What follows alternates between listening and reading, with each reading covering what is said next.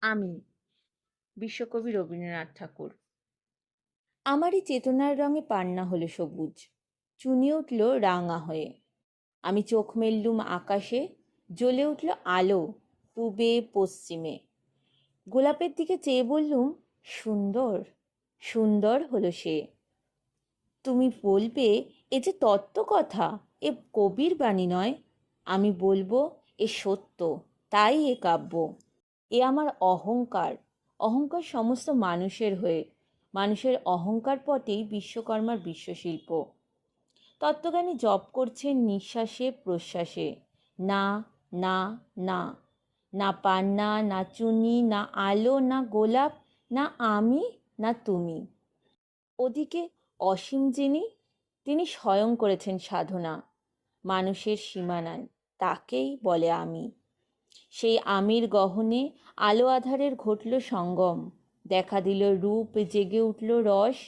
না কখন ফুটে উঠে হলো হা, মায়ার মন্ত্রে, রেখায়, রঙে, সুখে দুঃখে।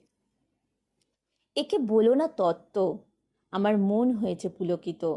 বিশ্ব আমির রচনার আসরে হাতে নিয়ে তুলি, পাত্রে নিয়ে রং।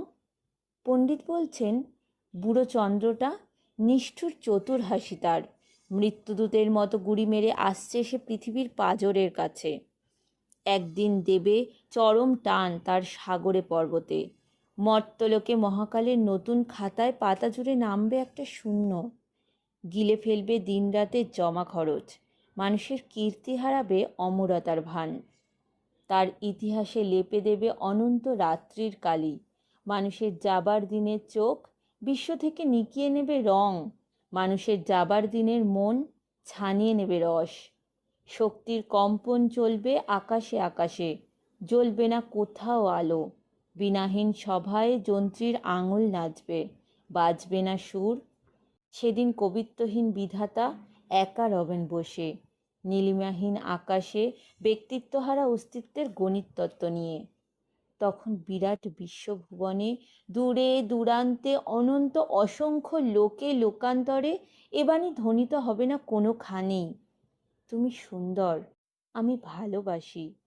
বিধাতা কি আবার বসবেন সাধনা করতে যুগ যুগান্তর ধরে? প্রলয় সন্ধ্যায় জপ করবেন, কথা কও, কথা কও। বলবেন বলো, তুমি সুন্দর। বলবেন বলো, আমি ভালোবাসি।